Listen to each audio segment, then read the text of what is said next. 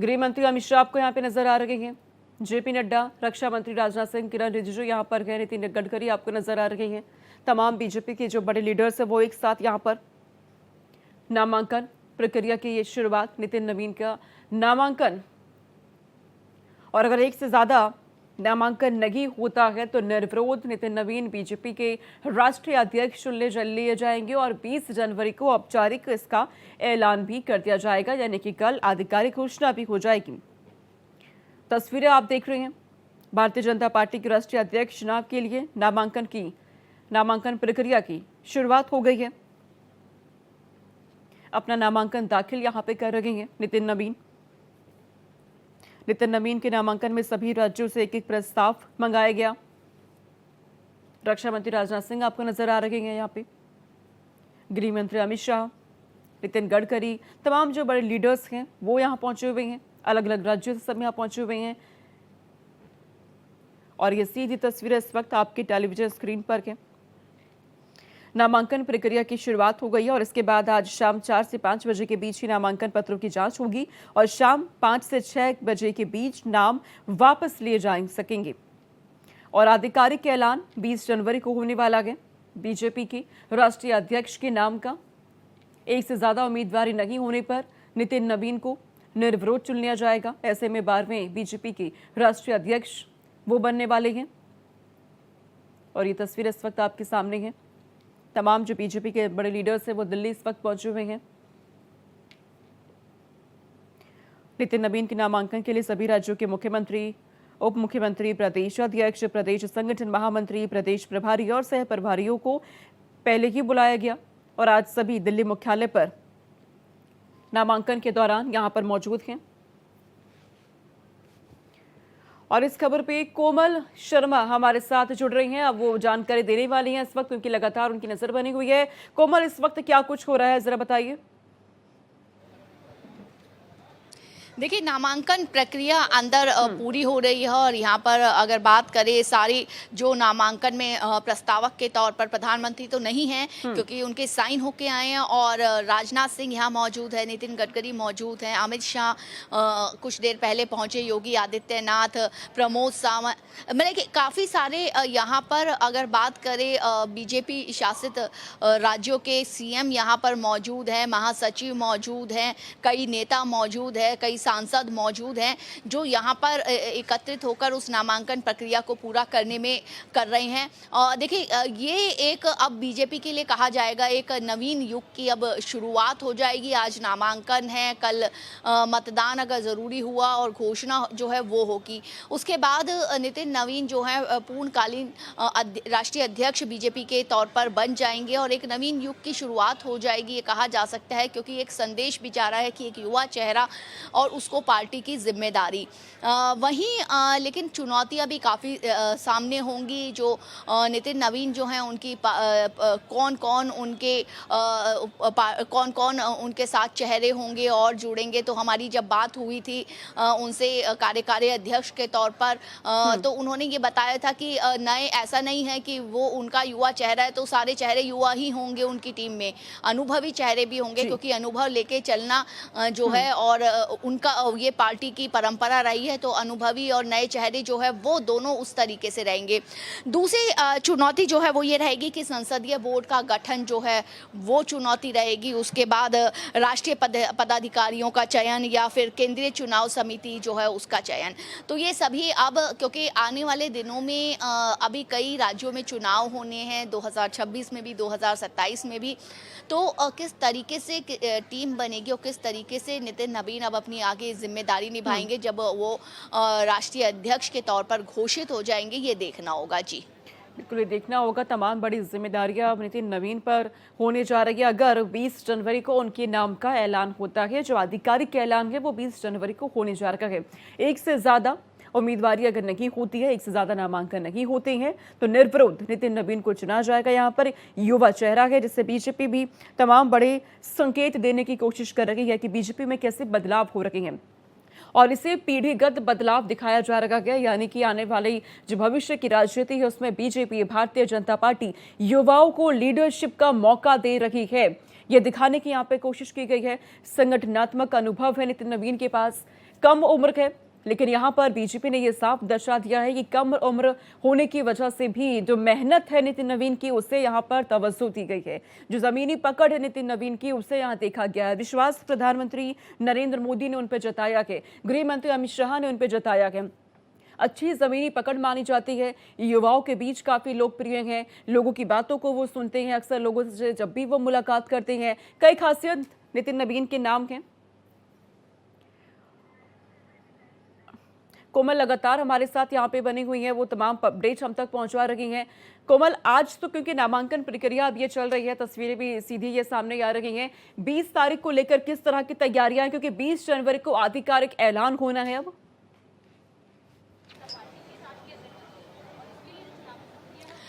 बिल्कुल, देखिए अभी तक जो स्थितियां बन रही है वो है कि निर्विरोध जो है नितिन नवीन वो राष्ट्रीय अध्यक्ष के तौर पर चुन लिए जाएंगे। प्रधानमंत्री की सहमति है और आला कमान की सहमति होने के बाद बीजेपी में ये परंपरा ही है कि सबकी सहमति जो है वो रहती है। तो मतदान अगर ज़रूरी होगा तो ही किया जाएगा, उसके बाद कल जो है घोषणा की जाएगी उसे लेकर के। लेकिन देखिए एक खास बात ये भी है कि इस बार जो थोड़ा अलग होने जा रहा है कि 1980 के बाद जो लाल कृष्ण आडवाणी है, जो संस्थापक भी हैं पार्टी के, वो और मुरली मनोहर जोशी ये इस नामांकन में दाखिल नहीं हो पाएंगे, ना ही मतदान में, क्योंकि उसका पीछे तकनीकी कारण ये है कि दोनों ही दिल्ली राष्ट्रीय परिषद के सदस्य और दिल्ली से, और दिल्ली में अभी तक भाजपा अध्यक्ष का चुनाव नहीं हो पाया। तो ये पहली जो शामिल जो है वो नहीं हो पा रहे हैं। लेकिन यहाँ पर सारे बाकी धीरे धीरे जो है सारे नेता सारे और अगर बात करें मुख्यमंत्रियों की, उप मुख्यमंत्रियों की, वो धीरे धीरे यहाँ पर सारे आ रहे हैं और इकट्ठे हो गए हैं। कुछ देर पहले योगी आदित्यनाथ जो है वो भी आए थे, सम्राट चौधरी भी आए थे, प्रमोद सावंत आए, रेखा गुप्ता जो है वो भी कुछ देर में आने वाली हैं। तो देखिए एक संदेश के साथ जो है ये एक संदेश के साथ बीजेपी में कि आप अगर काम करेंगे, क्योंकि नितिन नवीन का कार्यकाल, युवा चेहरा जरूर है लेकिन कार्यकाल उनका या पार्टी के लिए काम, संगठन के लिए काम अगर देखा जाए तो उनका काम, और उन्होंने जो जिन पदों पर रहकर के काम किया है, पार्टी को एक सफलता दिलवाई है। खास बात इसमें है कि बिहार में मंत्री के रूप में रहे, विधायक के रूप में लगातार जीत हासिल की, लेकिन जब छत्तीसगढ़ का प्रभारी उनको बनाया गया तो वहाँ पर जो पार्टी के पक्ष में चुनावी जीत हुई, यानी कि उनको एक तरह से प्रभारी के रूप में सफलता मिली। तो ये सारे काउंट करके ही उनको कार्यकारी अध्यक्ष के तौर पर नियुक्त किया गया और आगे अध्यक्ष के तौर पर उनका नाम जो है वो यहाँ पर प्रस्ताव उसका रखा जाएगा।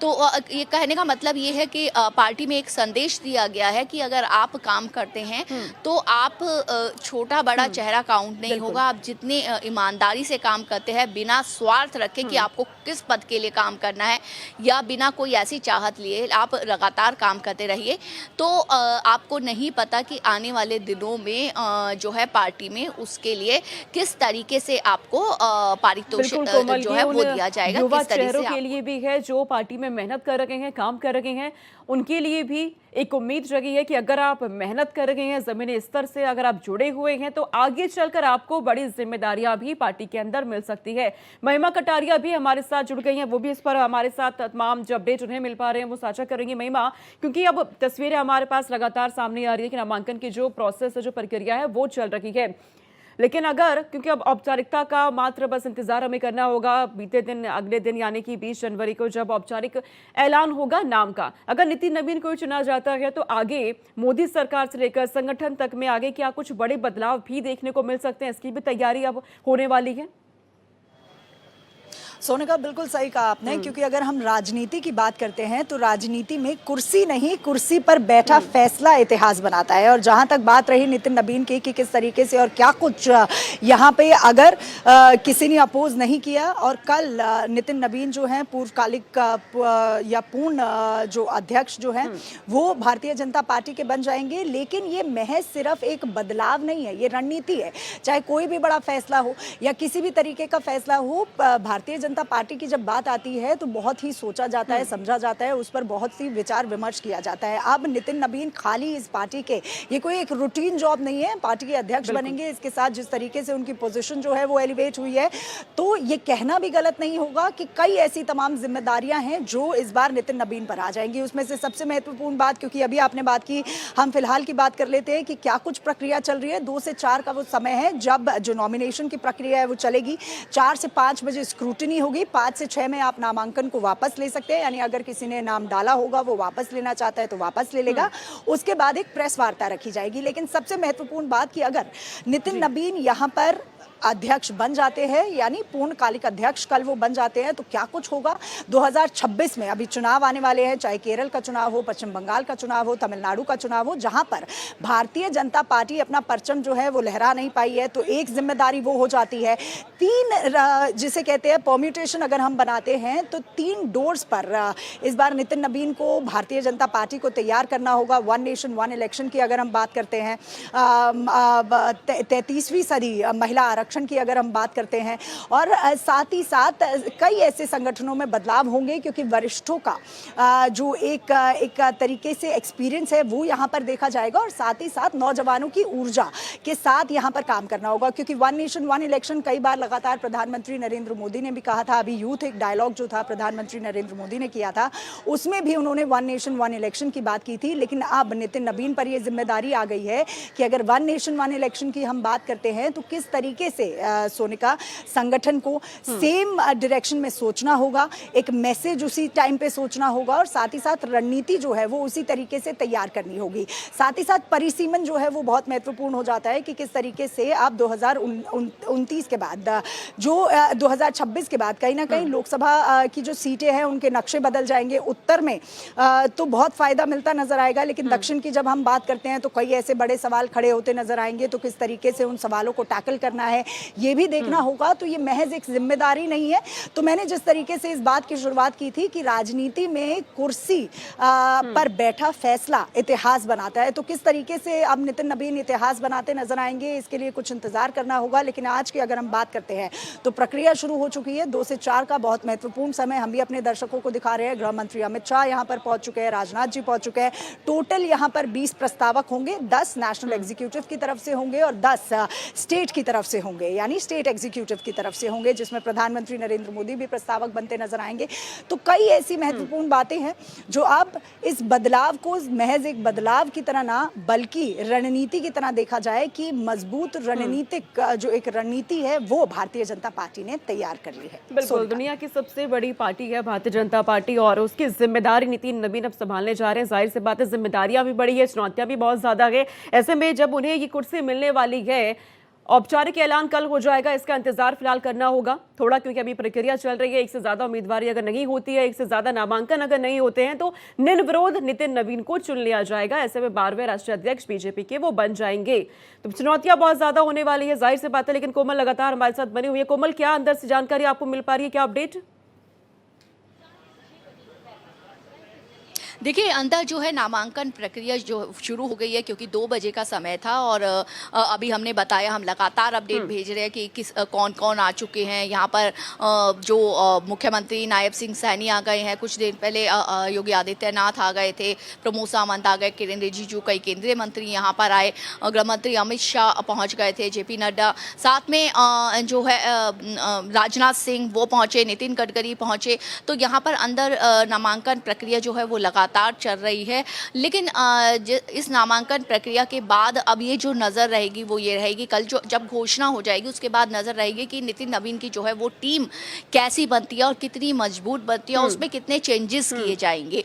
क्योंकि जिस तरीके से नितिन नबीन का नाम जब कार्यकारी अध्यक्ष के तौर पर आया तो वाकई सब चौंक गए थे कि जो नाम सोचा नहीं था, क्योंकि उससे पहले कयास लगातार लगाए जा रहे थे हर एक नाम के, और हर को जो है बड़ा चेहरा ये को भी लग रहा था कि शायद शायद उनका नाम आए, लेकिन नितिन नवीन जो है उनके नाम ने चौंका दिया। अब उसके बाद टीम कैसी बनेगी, टीम में अनुभव होगा, नए युवा चेहरों का जो है वो अब अपनी एनर्जी के साथ किस तरीके से कितना बदलाव होगा ये भी देखा जाएगा, और उसके बाद किस तरीके की रणनीति लेकर के नितिन नवीन आगे बढ़ेंगे, इस पर बहुत फोकस रहेगा।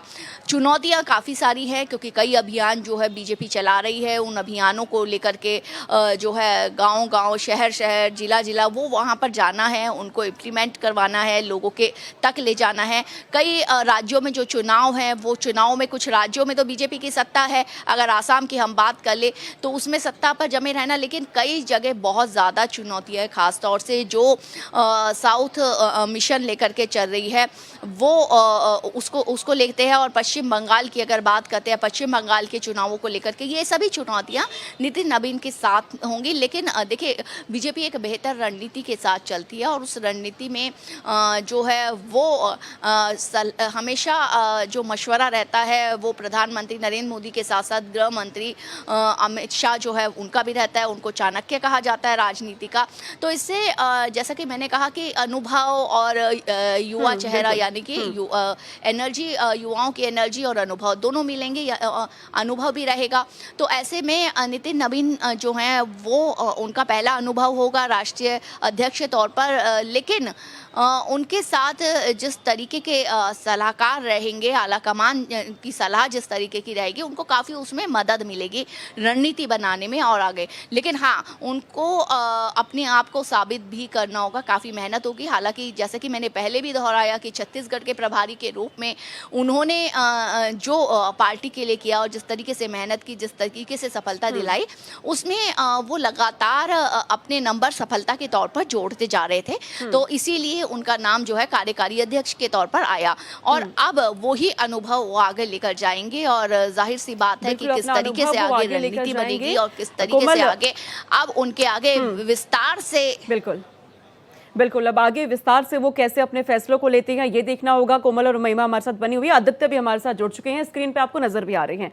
आदित्य, जब हम बात करते हैं सबसे पुरानी पार्टी कौन सी है तो कांग्रेस का इसमें नाम आता है, तो और कांग्रेस की जब हम राष्ट्रीय अध्यक्ष की बात करते हैं तो मल्लिकार्जुन खड़गे हम सबको मालूम है वहां पर, लेकिन उनकी जो उम्र है वो 80 से ज्यादा हो गई है महिमा, और लगातार इस बात का जिक्र होता भी रहा है। लेकिन अब बीजेपी ने क्योंकि युवा चेहरे को आगे बढ़ा दिया है नए कप्तान के तौर पर, 45 साल उम्र नितिन नवीन की, अब कहीं ना कहीं यहां से एक ये भी संदेश दे दिया गया है कि हमारी जो पार्टी यानी कि बीजेपी की तरफ से कि हम बदलाव कर रहे हैं, लेकिन जो पुरानी पार्टी है देश के वहां कोई बदलाव नहीं।